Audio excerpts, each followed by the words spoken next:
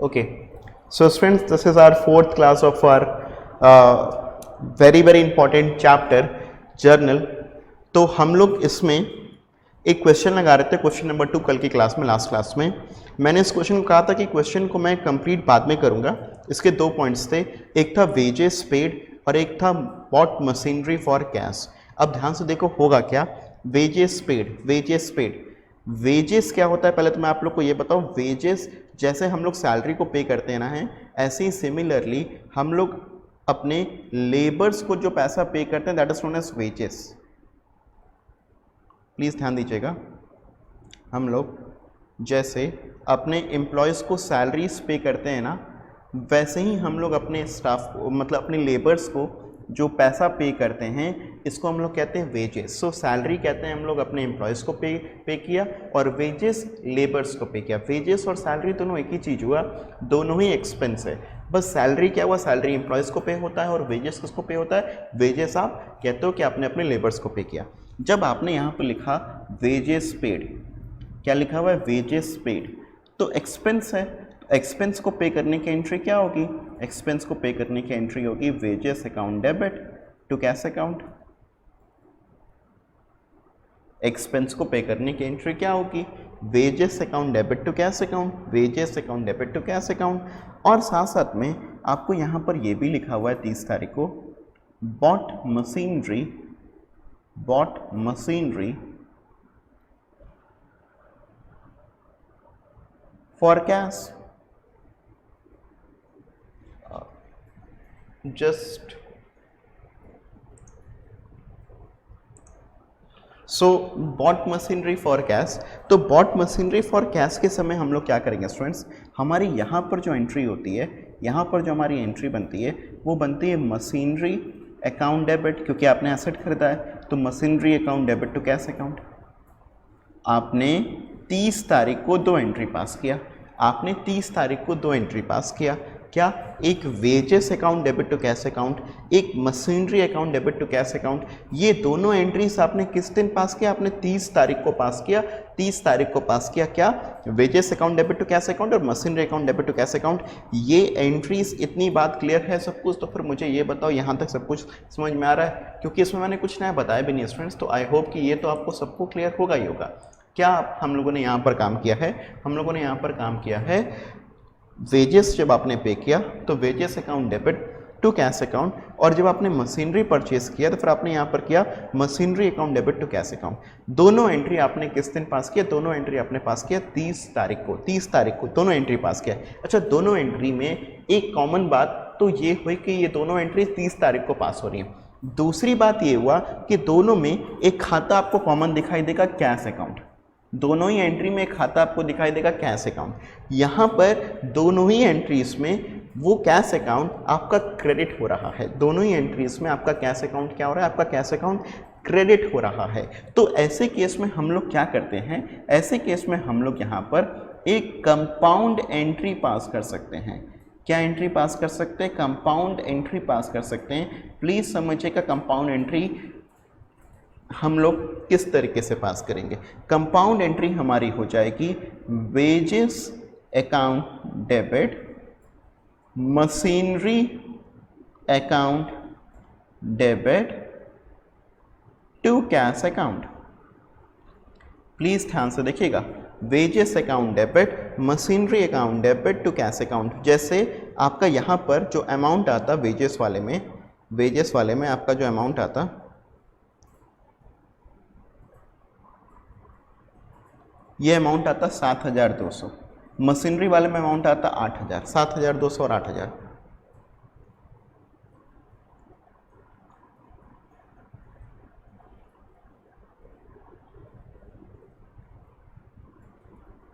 तो 7,200, 7,200 और यहाँ पर अमाउंट आया 8,000, 8,000।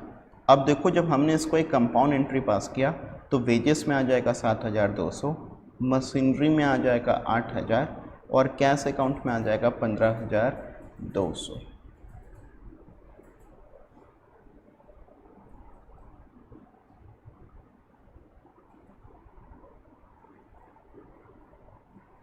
ठीक है। वेजेस पे किया, ध्यान समझिएगा, वेजेस पे किया, आपने एंट्री पास किया, wages account debit to cash account.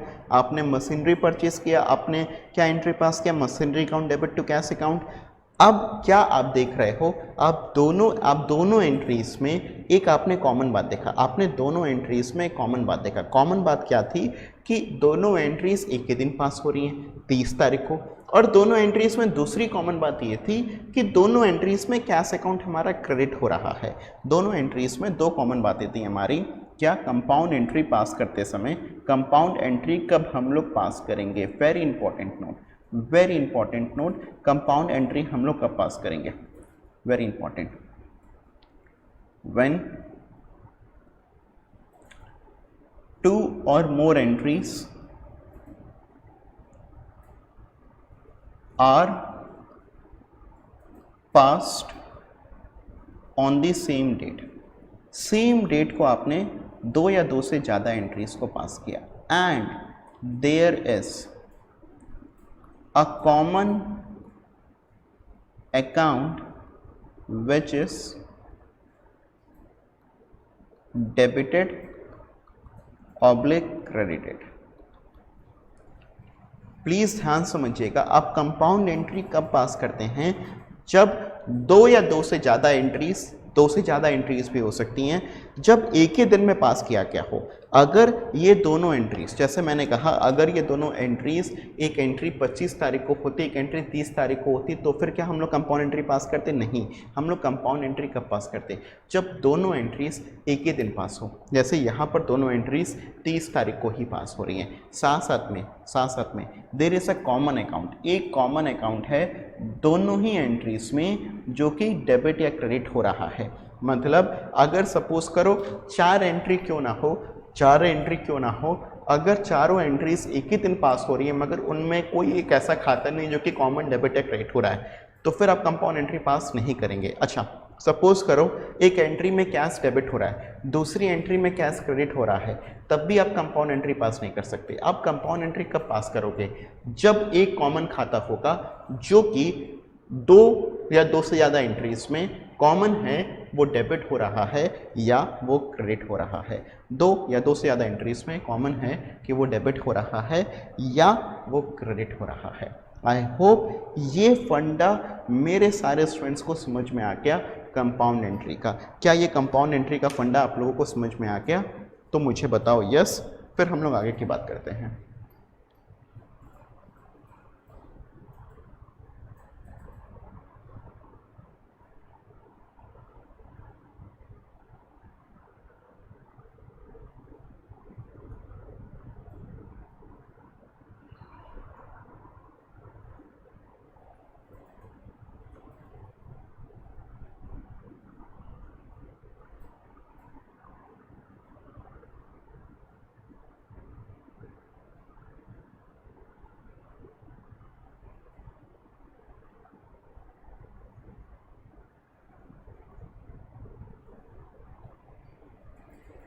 चलो, perfect, good to see everyone has got. जैसा मैंने आप लोग को बताया था, मैं आप लोग को ये तो बताऊंगा कि क्या होता है, ऐसा क्यों होता है, हर चीज़ों का भी मैं आप लोगों को लॉजिक भी दूंगा।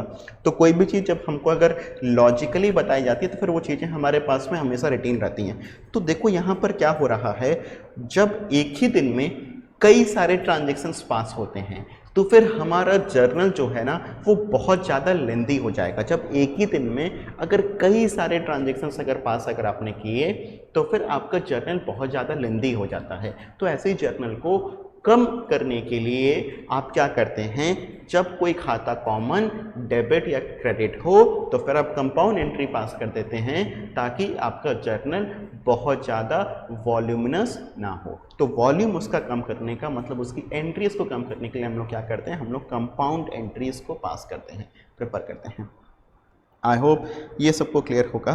तो अब ध्यान से देखना, यहाँ पर मैंने आप लोगों को 30 तारीख वाली एंट्री को छुटवाया था, वेजेस पेड और बॉट मशीनरी फॉर कैश। मैं उसको यहाँ पर लिख दे रहा हूँ, क्या होगा, जनवरी 30,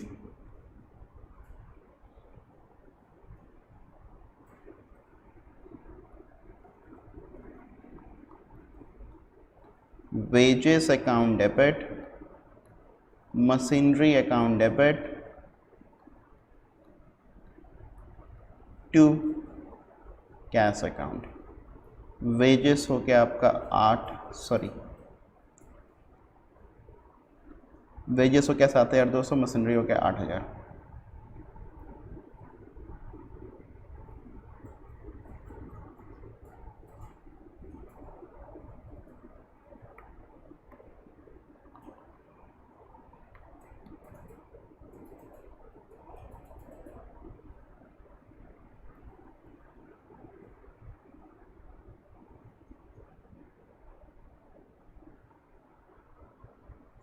ठीक है, तो ये क्वेश्चन नंबर 2 भी हमारा कंप्लीट हो गया, जो कि मैंने आप लोगों के लिए छोड़ा था। क्वेश्चन नंबर 3 कल मैंने आप लोगों को करवाई दिया था। अब मुझे यहाँ पर एक नया टॉपिक पढ़ाना है। Before telling you all question number 4 I have to tell you a new topic. ध्यान समझिएगा, नया टॉपिक मैं पढ़ाने जा रहा हूँ, बहुत ध्यान दीजिएगा। नया टॉपिक है हमारा डिस्काउंट। डिस्काउंट का मतलब हुआ छूट। ठीक है, अब ध्यान से समझिएगा, डिस्काउंट छूट हम लोग क्यों देते हैं? तो डिस्काउंट या छूट देने के पीछे हमारे दो बेसिक कारण होते हैं। डिस्काउंट या छूट देने के पीछे हमारे दो बेसिक कारण होते हैं। पहला बेसिक कारण होता है सेल करना। सेल करना, जब भी हमारे सामान की सेल कम हो जाती है तो फिर हमको डिस्काउंट अलाउ करते हैं, तो फिर हमारे सामान की सेल बढ़ जाती है। दूसरा कारण होता है कैश की अपनी रिसिप्ट को बढ़ाना। जैसे मैंने किसी को सामान उधार पर बेचा, उसको मेरे को 10,000 रुपये देना है, मैंने उसको 10,000 रुपये का सामान उधार पर बेचा। जब मैंने उसको सामान 10,000 रुपये उधार पर बेचा है तो वो नॉर्मली क्या करेगा कि वो 10,000 देने में मुझे टाइम लगाएगा। मैंने कहा ऐसा करो, तुम आज मुझे 9,500 रुपये दे दो और अपना हिसाब ख़त्म करो। तो फिर वो क्या करेगा, वो झट से मुझे 9,500 रुपये दे देगा, क्योंकि उसको भी 500 रुपये का फ़ायदा हो रहा है। फ्यूचर में उसको मुझे कितना पैसा देना पड़ेगा? फ्यूचर में उसको मुझे 10,000 रुपये देना पड़ेगा। तो बेसिकली आज वो 9,500 रुपये देने के लिए तैयार हो जाता है। तो मैंने आप लोगों को ये बताया कि डिस्काउंट हम लोग दो कारण से देते हैं। डिस्काउंट हम लोग दो कारण से देते हैं। एक तो डिस्काउंट आपका बेसिक, आप लोग सबको एक कारण जानते हो, डिस्काउंट का एक बेसिक कारण आप लोग जानते हो, टू प्रमोट सेल्स। सेल्स को प्रमोट करने के लिए, सेल्स को बढ़ाने के लिए। ठीक है, और दूसरा कारण होता है आपका फॉर प्रॉम्प्ट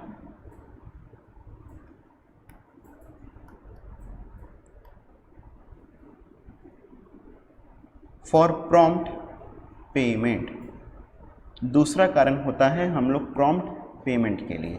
तो दो कारण है हमारा डिस्काउंट टू प्रमोट सेल्स, दूसरा कारण हो गया हमारा for prompt payment, to promote sales, दूसरा कारण हो गया फॉर प्रॉम्प्ट पेमेंट, मतलब पेमेंट जल्दी मंगाने के लिए। ठीक है, अब मैंने यहाँ पर कहा जो सेल्स को प्रमोट करने के लिए डिस्काउंट दिया जाता है वो कहलाता है आपका ट्रेड डिस्काउंट।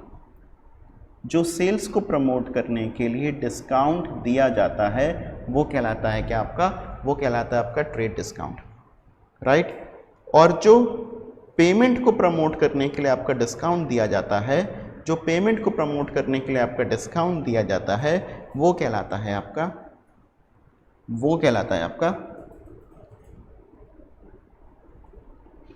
Cash discount.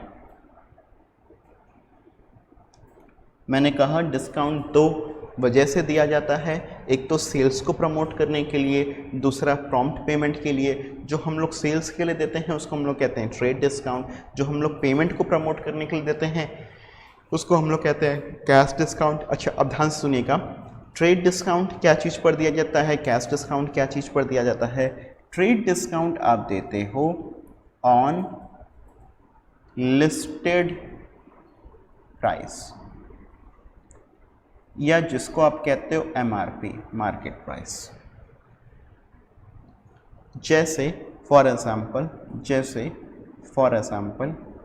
ध्यान से समझना, मैंने कहा एक आइटम है उसका लिस्टेड प्राइस या उसका MRP, या आप मेडिसिन की दुकान पर गए उसका लिस्टेड प्राइस या MRP 100 रुपये था, उस पर आपको उस पर आपको ट्रेड डिस्काउंट था 10% का। कितने परसेंट का ट्रेड डिस्काउंट था? 10% का ट्रेड डिस्काउंट था। मतलब इस 100 रुपये का 10/100 आपका जो ट्रेड डिस्काउंट हो गया ये हो गया 10 रुपये। तो अब यहाँ पर आपने जो सेल किया, देखो ये सेल के लिए भी अप्लाई करेगा, परचेज के लिए भी अप्लाई करेगा। अभी खैर मैं सेल्स को पकड़ते हुए मैं पढ़ा दे रहा हूँ आप लोगों को, फिर बाद में मैं परचेज के हिसाब से आपको बता दूंगा। तो मैंने कहा जो आपकी सेल्स प्राइस हो जाएगी ये हो गया आपकी 90 रुपये। होपफुली ये तो सबको क्लियर हो गया, होपफुली ये तो सबको क्लियर हो गया। ठीक है, आपने ट्रेड डिस्काउंट क्यों दिया? आपने ट्रेड डिस्काउंट दिया to promote sales, to promote sales. Trade discount को कैसे निकालते हैं मैंने आप लोग को निकालने का एक तरीका बताया। जैसे मैंने कहा आप इसको लिस्टेड प्राइस के एमआरपी पे निकालते हैं। जैसे अगर आपका लिस्टेड प्राइस है लेट्स से 100 रुपया, आपने ट्रेड डिस्काउंट दिया 10% का, तो फिर 100 रुपये का 10% 10 रुपया हो गया, आपका सेल्स प्राइस हो गया 90 रुपया, राइट। मगर ध्यान से समझना, कैश डिस्काउंट क्या चीज़ पर दिया जाता है? कैश डिस्काउंट आपका दिया जाता है ऑन सेल्स प्राइस। क्या चीज़ पर दिया जाता है आपका कैश डिस्काउंट? कैश डिस्काउंट आपका दिया जाता है सेल्स प्राइस पर। एग्जाम्पल ध्यान समझना, आपका सेल्स प्राइस है, आपका सेल्स प्राइस है मैंने कहा 90 रुपये। ध्यान समझना, सेल्स प्राइस है 90 रुपये। अभी अगर किसी को भी कैश डिस्काउंट दिया गया है 10% का, ठीक है, तो अब देखो कैश डिस्काउंट कैसे करके आएगा। अब आप कैश डिस्काउंट निकालोगे, इस 90 रुपये का 10%, इस 90 रुपये का 10%, 90 रुपये का 10% मतलब हुआ 9 रुपये, और टोटल आ गया आपका 81। ये 81 पता है आपको क्या आएगा? ये 81 आएगा आपका कैश रिसीव्ड, ये 81 आएगा आपका कैश रिसीव्ड। ये पहले मुझे देख करके बताओ क्या इसकी कैलकुलेशन आप लोग समझ गए हैं? तो फिर हम लोग आगे की बात को करें। यहाँ तक पहले आप लोग मुझे देख करके बताइए, आप लोग इतनी कैलकुलेशन, इतनी वर्किंग समझ गए हैं? Then will proceed to the next topic.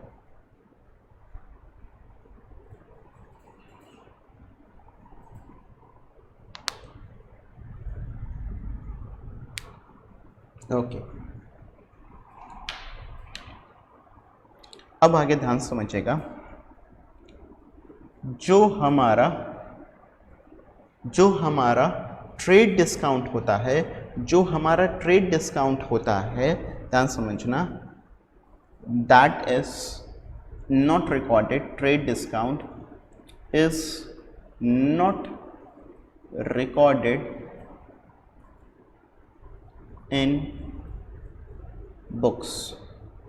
आप ट्रेड डिस्काउंट को बुक्स में रिकॉर्ड नहीं करते, प्लीज़ ध्यान समझिएगा, आप ट्रेड डिस्काउंट को बुक्स में रिकॉर्ड नहीं करते। Trade discount is not recorded in books, ठीक है। जैसे मैंने आपको कहा यहाँ पर क्या, इसके आगे एक लाइन और लिख लेगा फिर समझाता हूँ।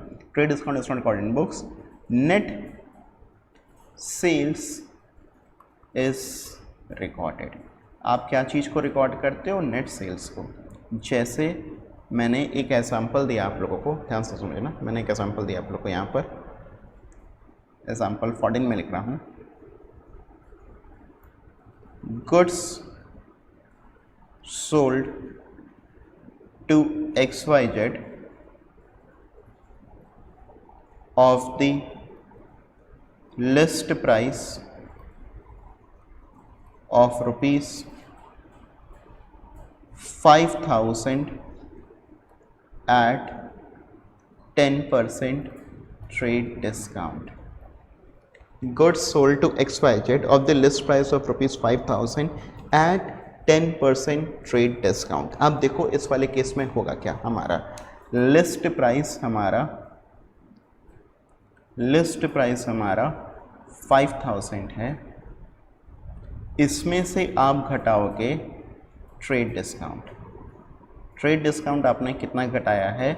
5,000 इंटू 10/100, ठीक है, 500। अब आपका जो सेल्स प्राइस आया, अब आपका जो सेल्स प्राइस आया, ये सेल्स प्राइस आएगा आपका 4500, राइट। सेल्स प्राइस आया कितना, 4500। ध्यान समझो, अब ध्यान से देखना, यहाँ पर ये तो मेरा वर्किंग नोट हो गया, राइट। अब जो मेरी जर्नल एंट्री बनेगी वो कैसी बनेगी, ध्यान समझो। आपको मैंने ऑलरेडी सेल्स की तो जर्नल एंट्री मैंने आपको सिखाई दिया है, ध्यान समझना, आपको मैंने ऑलरेडी सेल्स की एंट्री तो सिखाई दिया है। हमारे यहाँ पर जर्नल एंट्री कैसी बनती है, ध्यान समझिएगा। आपके यहाँ पर एंट्री बनेगी XYZ debit to sales account, XYZ debit to sales account 4500 4500, XYZ debit to sales account कितना, 4500 4500। एक चीज़ गौर करना, मैंने यहाँ पर क्या किया, मैंने इस ट्रेड डिस्काउंट को इग्नोर करके एंट्री पास किया at net sales price, at net sales price. Net sales price मेरा कितना था यहाँ पर, नेट सेल्स प्राइस मेरा यहाँ पर था 4500। तो मैंने यहाँ पर किस वैल्यू पर रिकॉर्ड किया, मैंने यहाँ पर रिकॉर्ड किया एट 4500। ये बताओ, ये एग्जाम्पल क्या सबको क्लियर है, तो फिर आगे की बात क्या है। ये एग्जाम्पल सबको अगर क्लियर है, 14th वाला सबको अगर समझ में आ गया, तो फिर बोलो आगे की बात किया जाए। हम लोग ट्रांजैक्शन नंबर 14 सीखे हैं, क्या ये ट्रांजैक्शन नंबर 14 सबको क्लियर है, फिर आगे की बात हम लोग करें।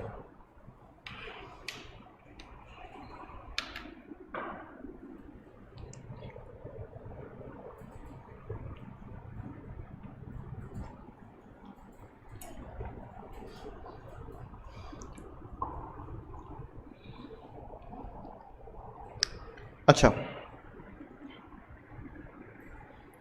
ध्यान सुनना, इसमें मैं इसी एग्जाम्पल को मैं थोड़ा सा और आगे कंटिन्यू भी करूँगा, इसी एग्जाम्पल को मैं थोड़ा सा और आगे कंटिन्यू भी करूँगा, ध्यान समझिएगा। इन transaction 14 1/10 of the above goods are returned by XYZ। अब XYZ ने हमको हमसे ऊपर में 5000 रुपये के लिस्ट प्राइस का सामान खरीदा था। XYZ ने हमसे 5000 रुपये ऊपर के लिस्ट प्राइस का सामान खरीदा था, उसमें से 1/10 सामान वापस कर दिया। 1/10 सामान वापस करने का मतलब क्या हुआ कि उसने 5000 में से 500 रुपये का सामान वापस कर दिया। उसमें 5000 रुपये में से कितने रुपए का सामान वापस कर दिया उसने, आपको 5000 में से उसने आपको जो है 500 रुपये का सामान जो है वो वापस कर दिया। तो जब भी अगर यहाँ पर कोई भी सामान वापस होता है, सेल्स रिटर्न होता है, तो सेल्स रिटर्न की हमारी एंट्री क्या बनती है, ऐसे केस में हमारी सेल्स रिटर्न की हमारी एंट्री क्या बनती है, आपकी सेल्स रिटर्न की आपकी एंट्री बनती है sales return account debit to XYZ। Sales return की एंट्री तो आपको यही बनेगी, क्या एंट्री बनेगी, sales return account debit to XYZ। Sales return अगर कोई बंदा करेगा तो फिर एंट्री क्या बनेगी आपकी, एंट्री बनेगी आपकी sales return account debit to XYZ। अब ध्यान समझना, यहाँ पर सेल्स रिटर्न की एंट्री तो आप समझ गए कि एंट्री बनी आपकी sales return account debit to XYZ, ठीक है। अब यहाँ पर मुझे आप लोग ये बताइए कि अमाउंट कितना आएगा, अमाउंट कितना आएगा, what will be the amount in this transaction, what will be the amount in this transaction।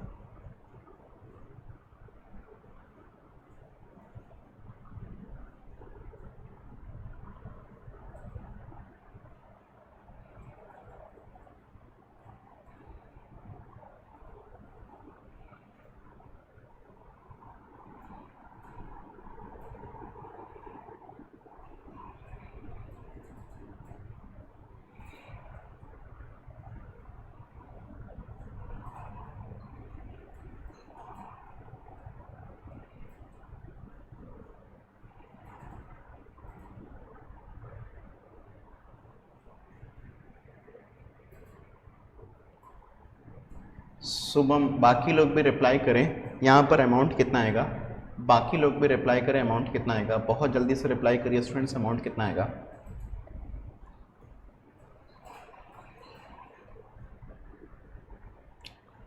Students please reply, 1/10 है।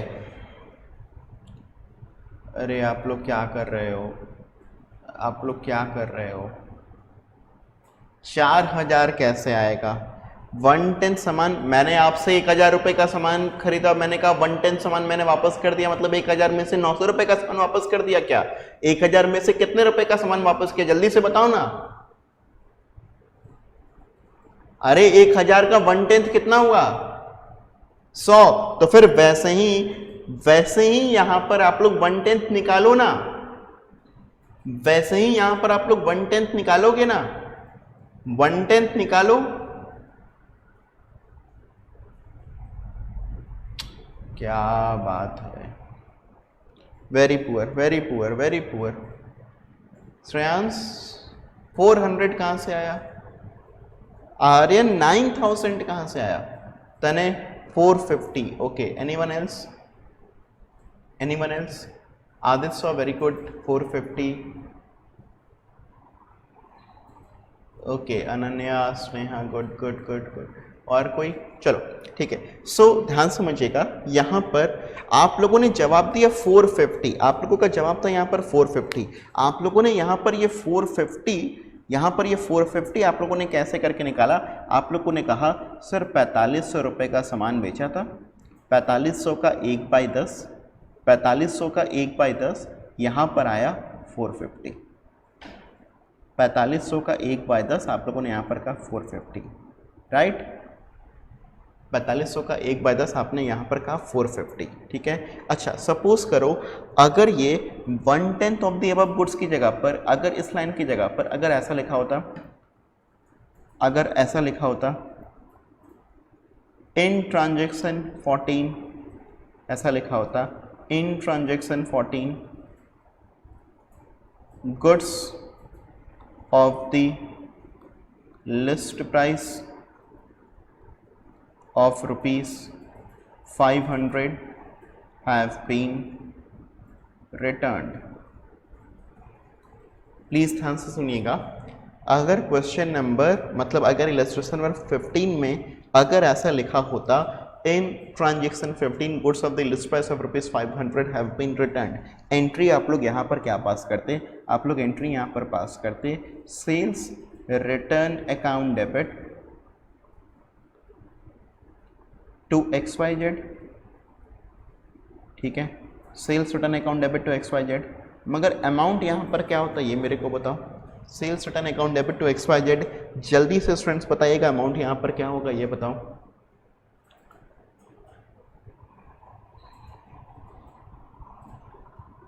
Students you will need to be a bit faster. Again 4000, अरे how come 4000, सामान कितने का वापस किया, सामान 500 रुपये का वापस किया, आप 4000 कैसे कह देते हो, यहाँ पर सेल्स रिटर्न का अमाउंट 4000 कैसे आ जाएगा, ऑब्वियसली 500 रुपये का लिस्ट प्राइस का सामान वापस किया, सामान में 4000 आप कैसे एंट्री पास कर दोगे।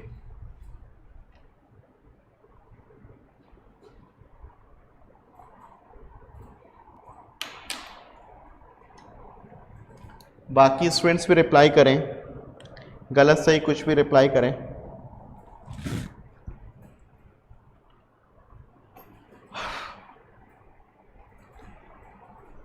Students please reply fast.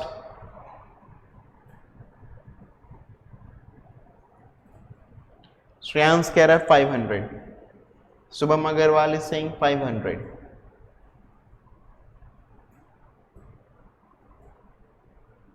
ठीक है, श्रेयांश कह रहा है 500, शुभम अग्रवाल कह रहा है 500, चलो चलो 500 वेरी गुड, चलो चलो ध्यान से सुनना, ध्यान सुनना। सपोज करो आपकी दुकान है, ध्यान से समझना, सपोज करो आपकी दुकान है, आपकी दुकान से मैंने 10 चॉकलेट खरीदा, कितनी, 10 चॉकलेट खरीदा, ध्यान से समझना, मैंने आपकी दुकान से 10 चॉकलेट खरीदा, एक चॉकलेट 10 रुपए की थी, एक चॉकलेट कितने रुपए की थी, 10 रुपए की थी, मतलब 10 चॉकलेट 10 रुपए की, मैंने आपसे टोटल 100 रुपए का सामान खरीदा। आप क्योंकि मुझे जानते थे तो इसलिए आपने मुझे एक चॉकलेट 9 रुपए की दिया। कितने की दिया? 9। मतलब आप मेरे से 100 रुपए नहीं लिए, आपने मेरे को 10% का डिस्काउंट दे दिया। आपने कहा भैया आप एक चॉकलेट 9 रुपए के लेके जाइए, मतलब आपने मेरे को 10 चॉकलेट दिया 90 रुपए का। कितने रुपए का आपने मेरे को 10 चॉकलेट दिया? आपने मेरे को 10 चॉकलेट दिया 90 रुपए का। अब ध्यान से सुनना, उसमें से एक चॉकलेट मैंने आपको वापस कर दिया। एक चॉकलेट मुझे अच्छी नहीं लगी, मैंने एक चॉकलेट आपको वापस कर दिया। तो अब आप मुझे कितना रुपया देंगे? 10 रुपया देंगे। आप मुझे कितना रुपया देंगे? 10 रुपया देंगे। चलो ये बताओ जल्दी से, आप लोग मुझे कितना रुपया वापस करोगे?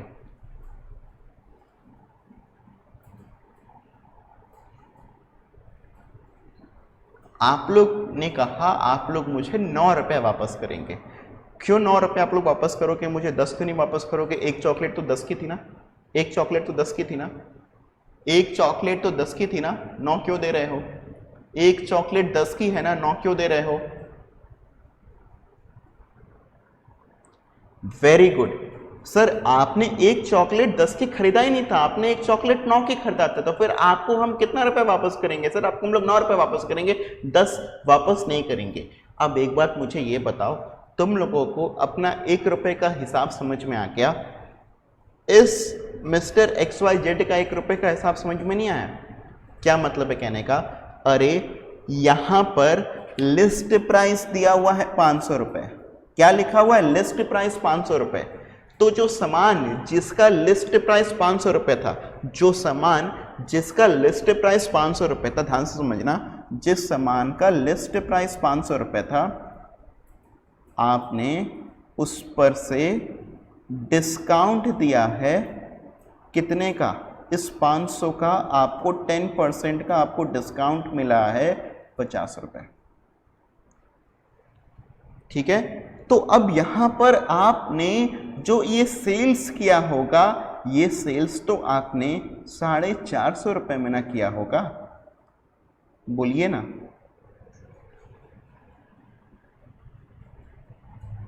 नहीं श्रेयांश, यहाँ पर कैश डिस्काउंट नहीं है, अभी हम लोग पढ़ा, अभी हम लोग यहाँ पर ट्रेड डिस्काउंट ही डिस्कस कर रहे हैं। प्लीज़ ध्यान समझिएगा, टॉपिक से आगे मत बढ़ा करके अपने बाकी चीज़ों की नॉलेज को आप लोग साइड रख करके मेरे से यहाँ पर पढ़ा करिए। I am teaching you from the very basic. ठीक है, प्लीज़ ध्यान समझिएगा, लिस्ट प्राइस 500 रुपये का था, 10% का डिस्काउंट था, मतलब 500 रुपये का सामान 10% के डिस्काउंट के बाद में तो हो गया 450 रुपये का। तो सेल्स रिटर्न वाले चीज़ में आप क्या अमाउंट लिखोगे? आप यहाँ पर अमाउंट लिखोगे 450 रुपये।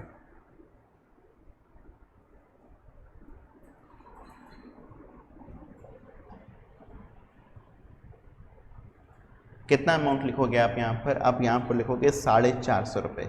ट्रेड डिस्काउंट दिया था हम लोगों ने यहाँ पर, कितने रुपीस का ट्रेड डिस्काउंट था? 10% का ट्रेड डिस्काउंट था। तो फिर यहाँ पर कितना रुपया सेल्स रिटर्न में आप लिखोगे? सेल्स रिटर्न में आप लिखोगे 450 रुपये।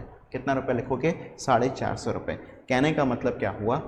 जब आपको लिस्ट प्राइस देगा सामान की, सेल्स रिटर्न के समय जब आपको लिस्ट प्राइस देगा सामान की, प्लीज़ ध्यान से समझना, सेल्स रिटर्न के समय आपको अगर लिस्ट प्राइस देगा सामान की, अगर आपको लिस्ट प्राइस देगा सामान की, तो उस लिस्ट प्राइस में से डिस्काउंट माइनस मत करना, माइनस करना मत भूलना। प्लीज़ ध्यान से समझिएगा, अगर आपको सेल्स रिटर्न के समय, मैं एक यहाँ पर एक नोट में ही इस बात को ऐड कर दे रहा हूँ, यहाँ पर ही इसी इम्पॉर्टेंट नोट में ही मैं आपको जो है ऐड कर दे रहा हूँ, इम्पॉर्टेंट नोट, ध्यान समझना। At the time of sales return, at the time of sales return, deduct trade discount from list price and then record the value। जैसे मैं आपको ये बताऊं, ध्यान समझना, इस वाले क्वेश्चन में जो मैंने आपको 1/10 दिया था, तो 1/10 में आप लोगों ने यहाँ पर क्या किया था? 1/10 में डायरेक्टली आप लोगों ने 4500, 5000 का नहीं, आपने 90 का डायरेक्टली 1/10 निकाल दिया था, तो फिर तो 9 रुपये आ गया। ठीक है। मगर यहाँ पर समझो, अगर आप 100 का अगर आप 1/10 निकालोगे तब तो फिर 10 आएगा, तो अगर आप 5000 का 1/10 निकालोगे तो 500 आएगा, तब तो गड़बड़ हो जाएगा।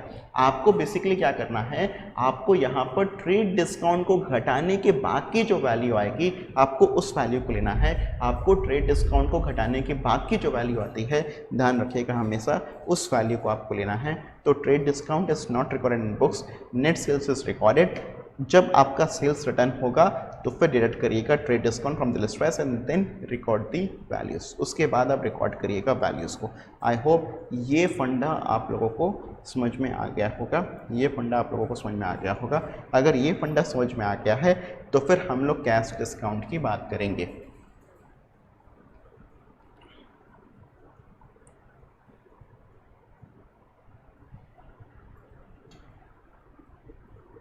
चल आते हैं जल्दी से, ठीक है। कैश डिस्काउंट की बात करते हैं, ठीक है। Cash discount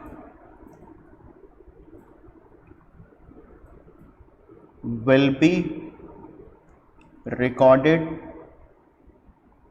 in journal. आप इसको रिकॉर्ड करते हैं जर्नल में, प्लीज़ ध्यान समझिएगा। Cash discount will be recorded in journal, आप इसको रिकॉर्ड करते हैं जर्नल में, ठीक है।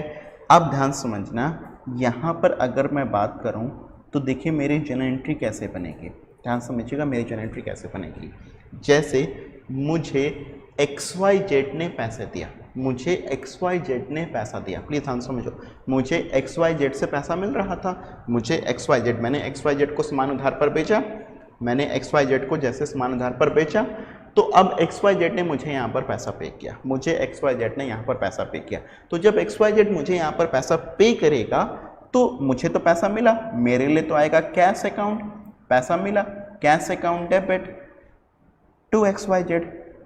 अरे नहीं समझ में आया, हमने समान उधार पर बेचा था XYZ को, हमने समान उधार पर बेचा, तो जैसे इसी एग्जाम्पल को अगर हम कंटिन्यू करें, अगर इसी एग्जाम्पल को हम लोग अपने कंटिन्यू करें, एग्जाम्पल 14 को ही मैं अभी कंटिन्यू कर रहा हूँ, 16th वाले पार्ट में ध्यान समझना, मैं अभी एग्जाम्पल 14 को ही मैं कंटिन्यू कर रहा हूँ, 16 में मैं एग्जाम्पल 14 को ही कंटिन्यू कर रहा हूँ। Continuing example 14, if cash is received from XYZ allowing him cash discount of 10%। तो हमको यहाँ पर कैश रिसीव हुआ XYZ से, जिसको हम लोगों ने 10% का कैश डिस्काउंट फर्दर अलाउ किया, ठीक है। अब ऐसे केस में ध्यान से देखना, ध्यान से समझो, मैंने एग्जाम्पल 14 को कंटिन्यू किया, मतलब एग्जाम्पल 15 में जो सेल्स रिटर्न हुआ है हम उस बात को इग्नोर कर दिए हैं, सेल्स रिटर्न वाली बात को हम लोग यहाँ पर रिकॉर्ड नहीं करें, सेल्स रिटर्न वाली बात को हम लोगों ने यहाँ पर इग्नोर कर दिया। तो continuing example 14, if cash is receive from XYZ, अगर आपको कैश रिसीव होता है XYZ से, तो फिर कैश रिसीव होता है आपको XYZ से, कैश डिस्काउंट है आपका 10% का। अब यहाँ पर आप क्या करोगे, ध्यान समझना, ध्यान समझना, आपने यहाँ पर किया क्या, आपका जो कैश, आपका जो सेल्स था, आपका जो सेल्स था ये था 4500, उसमें से आपने कैश डिस्काउंट माइनस करना है, क्या माइनस करना है, कैश डिस्काउंट, 4500 का 10% 450। अब ये आया आपका 4050,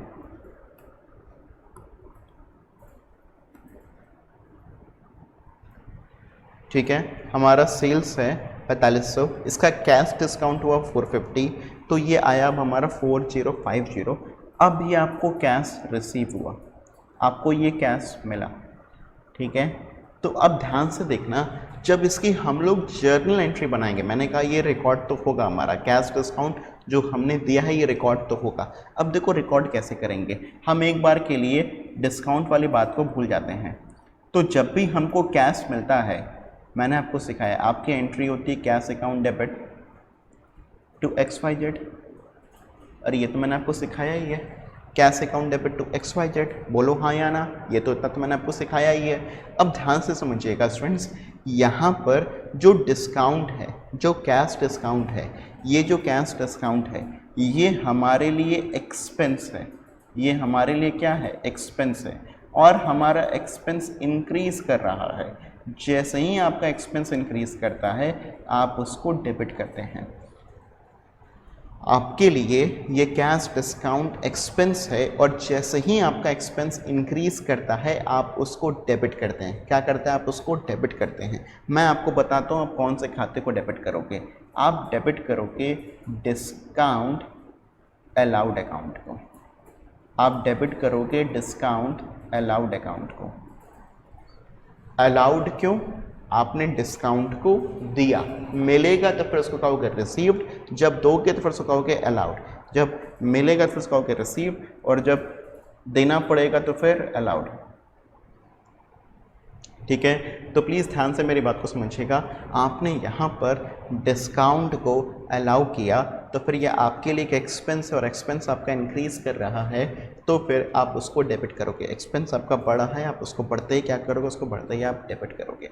तो कैश डेबिट, क्योंकि कैश आपको मिल रहा है, एसेट आपका बढ़ रहा है। डिस्काउंट एक्सपेंस है, आपने डिस्काउंट दिया तो फिर उसको भी डेबिट टू XYZ।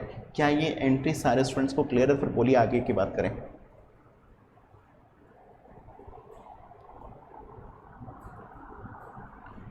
INC क्या लिखना चाह रहे हैं आप शुभम अग्रवाल? INC आपने जो लिखा उसका मतलब क्या चीज़ इंक्रीज कैसे कर रहा है? आप किसके बारे में इंक्रीज के बारे में पूछ रहे हैं? अच्छा, INC मैंने भी लिखा है। एक्सपेंस, अरे सपोज करो अगर तुमको मुझे डिस्काउंट देना पड़ा तो तुम्हारे लिए तो एक तरीके से खर्चा हो गया ना। मैं तुमको 100 रुपया देने वाला था, मगर मैंने कहा कि अरे यार 90 ले लो, 90 लेके काम खत्म करो। तो 90 लेकर के जब तुम खत्म जब करोगे तो मेरे लिए तो तुम तो कहोगे ना कि सर मेरा तो 10 रुपये आपने खर्चा करवा दी ना, क्योंकि ऐसे तो हमको 100 रुपये मिलना था, मगर आपने दिया कितना, 90 दिया। जब 90 दिया तो फिर 10 रुपये तो खर्चा हो गया। जब खर्चा हो गया तो फिर एक्सपेंस आप कहोगे ना कि एक्सपेंस हमारा बढ़ गया। बोलो हाँ या ना।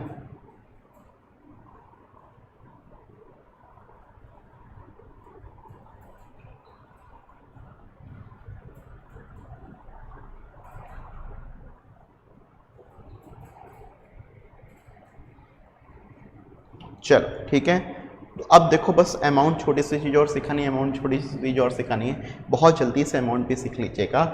आपको पैसा, आपको कैश कितना मिला? आपको कैश मिला यहाँ पर 4050। आपको कैश मिला यहाँ पर 4050। आपने डिस्काउंट कितना दिया? आपने डिस्काउंट दिया 450 का।